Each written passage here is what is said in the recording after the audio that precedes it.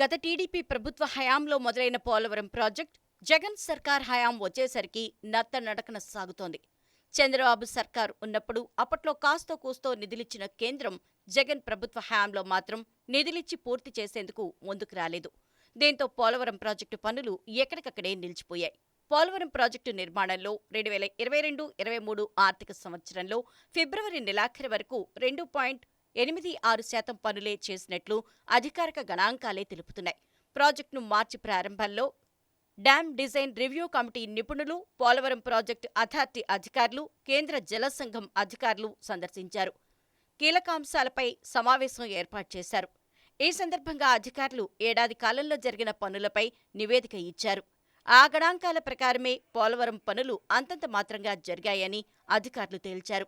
పోలవరం ప్రాజెక్టుకు సంబంధించి అధికారులు తాజాగా గణాంకాలు తయారు చేశారు. వైఎస్ హయాంతో పాటు ఆ తర్వాత 2014 జూన్ వరకు ఎంత మేర పోలవరం పనులు జరిగాయి, ఆపై చంద్రబాబు హయాంలో ఏ మేర పనులు జరిగాయి, జగన్ ప్రభుత్వంలో 2023 జనవరి వరకు ఎంత పని జరిగిందో లెక్కలు తయారు చేశారు. ఏ రకంగా చూసినా తెలుగుదేశం ప్రభుత్వ హయాంతో పోలిస్తే జగన్ ప్రభుత్వ హయాంలోనే పనులు చాలా మందకొడిగా ఉన్నాయని గణాంకాలు తేల్చాయి. తాజాగా 2022 మార్చి నెలాఖరు నుంచి 2023 ఫిబ్రవరి నెలాఖరు వరకు పోలవరంలో పురోగతిని జలవనరుల శాఖ అధికారులే లెక్కించారు. ఆ ప్రకారం కొన్ని చోట్ల అసలు పనులే ముందుకు కదల్లేదని తేలింది. సీఎం జగన్ గత ఏడాది వరదల సమయంలో వరద బాధిత ప్రాంతాలను సందర్శించారు. తొలి దశ పునరావాసం సెప్టెంబర్, అక్టోబర్ కల్లా పూర్తి చేస్తామన్నారు.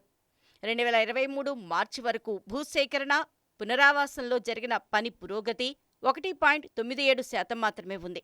ఇంకా తొలిదశ నిర్వాసితులను అనేక మందిని ఇంకా తరలించనేలేదు.